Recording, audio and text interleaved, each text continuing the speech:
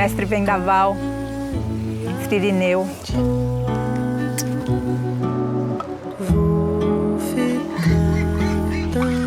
Mestre Rodolf Steiner, Dona Lourdes, Iberê, Mestre Guardião, Mestre Euá.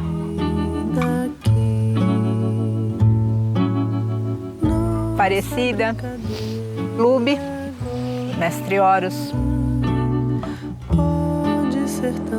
A gente que está ocupando a casa deles, né?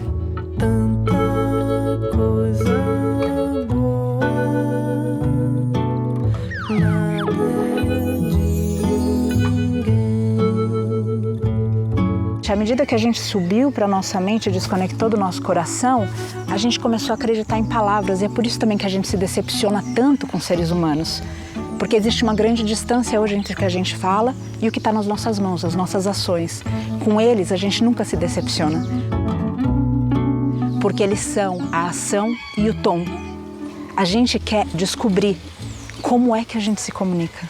E como é que em silêncio se compreende e se fala. Sempre gostei muito da terra, da natureza. Aí quando conheci a Patrícia, aí juntou as vontades, né? A gente veio para plantar orgânicos e para dar aula de yoga, que é o que a Patrícia faz. Vamos para 10 anos aqui no Vale da Rainha. A trajetória do santuário começou antes mesmo que eu tivesse a consciência dela. Começou com o primeiro mestre animal que já estava na propriedade, quando o Vitor e eu nem morávamos aqui ainda. O Irineu nos escolheu. Numa noite ele entrou lá em casa, na varanda ali, ele veio, eu dei salsão para ele. Aí no outro dia não teve jeito, já falei pro rapaz, eu falei, esse aqui fica, leva o gado e ele fica. Aí ele cresceu e ficou esse bichão aqui que é o líder da tropa. E com ele vive o vendaval. O vendaval é o primeiro animal do santuário. A gente realizou que isso poderia ser realmente um espaço para beneficiar todos esses seres.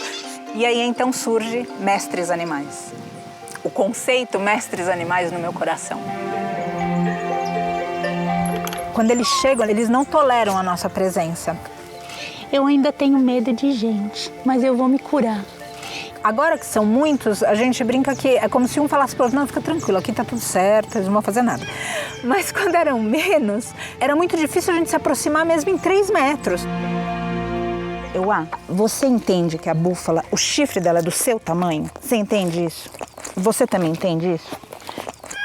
Eu me aproximo deles, coloco partes do meu corpo aos pés e à medida que eles se aproximam do meu corpo sem rejeitar o meu corpo, eu sei que eu posso aprofundar a relação.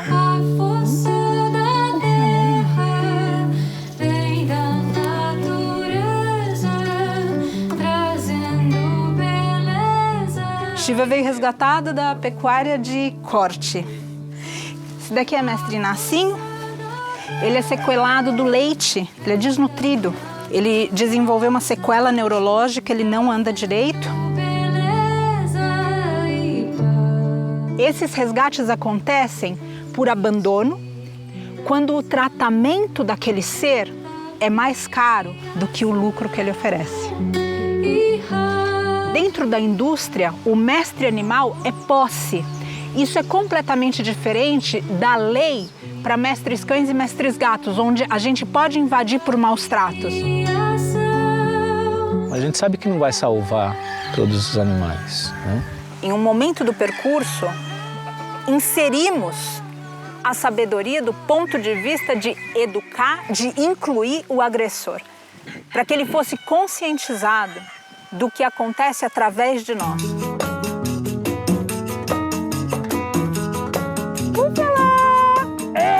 Dada a chance, todos eles lutam pela vida. Quando ela chegou, ela chorou 3 dias sem parar. A lembrança minha que passa. O que tá acontecendo? Ela tá doente, tá acontecendo alguma coisa. E a búfala, na verdade, ela tem um senso de lealdade tamanho. Ela não deixa nenhum dos dela para trás. Nós fomos até a fazenda buscar por uma companheira. Falamos com alguns colaboradores, tivemos que angariar fundos para essa compra, porque infelizmente eles são objetos. E foi assim que a gente resgatou a outra. Quando ela chegou, ela parou de chorar imediatamente. Ela, Chacrona, a companheira de Mestre Ayahuasca. Grávida. E nesse momento eu fiz uma promessa para a Chacrona, que nunca ninguém ia tirar nem o leite dela, ou a criança dela, ou apartar ou separar. E que eu me colocava como guardiã dela. Pegasus foi resgatado por nós. Aí, no rodeio, quando eles apresentam os cavalos, né, aqueles cavalos com bandeiras, cavalos brancos, bonitos, e o Pegasus era um deles. E ele foi roubado de um rodeio. E ficou escondido por muito tempo, muito judiado. E agora ele tá cego. Com esse problema da visão dele, eu virei o humano guia dele. Hare Krishna, Hare Krishna. Krishnamurti chegou aqui bebê, já com a mãozinha quebrada. Oi, amor. Ele veio resgatado de uma pecuária de leite clandestina. Ele estava mal posicionado na hora do nascimento. Se ele tivesse tido o mínimo de amparo naquele instante, ou mesmo no pós, ele não teria ficado com a sequela. Mas o descaso, especialmente depois que descoberto que ele era um menino.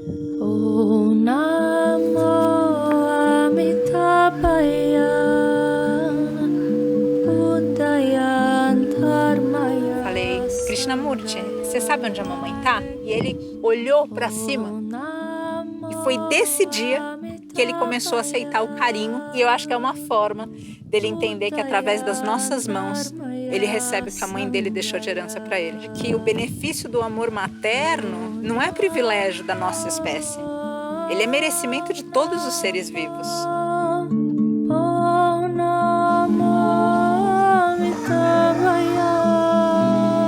A linguagem do toque é conhecida para todos nós, porque nós também somos animais de toque.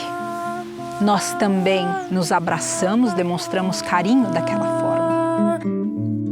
Nós não estamos acostumados com demonstrações explícitas de amor de seres de 1 tonelada. E qual é a razão que a gente entende isso como um benefício da nossa espécie e não como algo comum para todos os seres?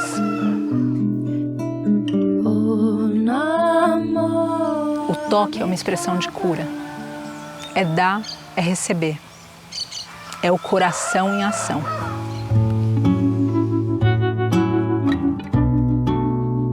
Aqui a gente não tem um dia que passe que não tem aquele grito, amor, vem aqui ver o que está acontecendo.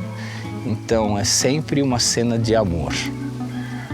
Mestre Helena Blavatsky, Mestre Rama, Mestre Jumentinho Anjo,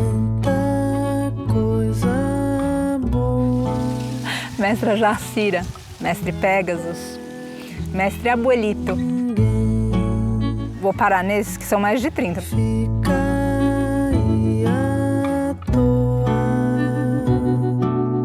Vou ficar também. E se a noite tem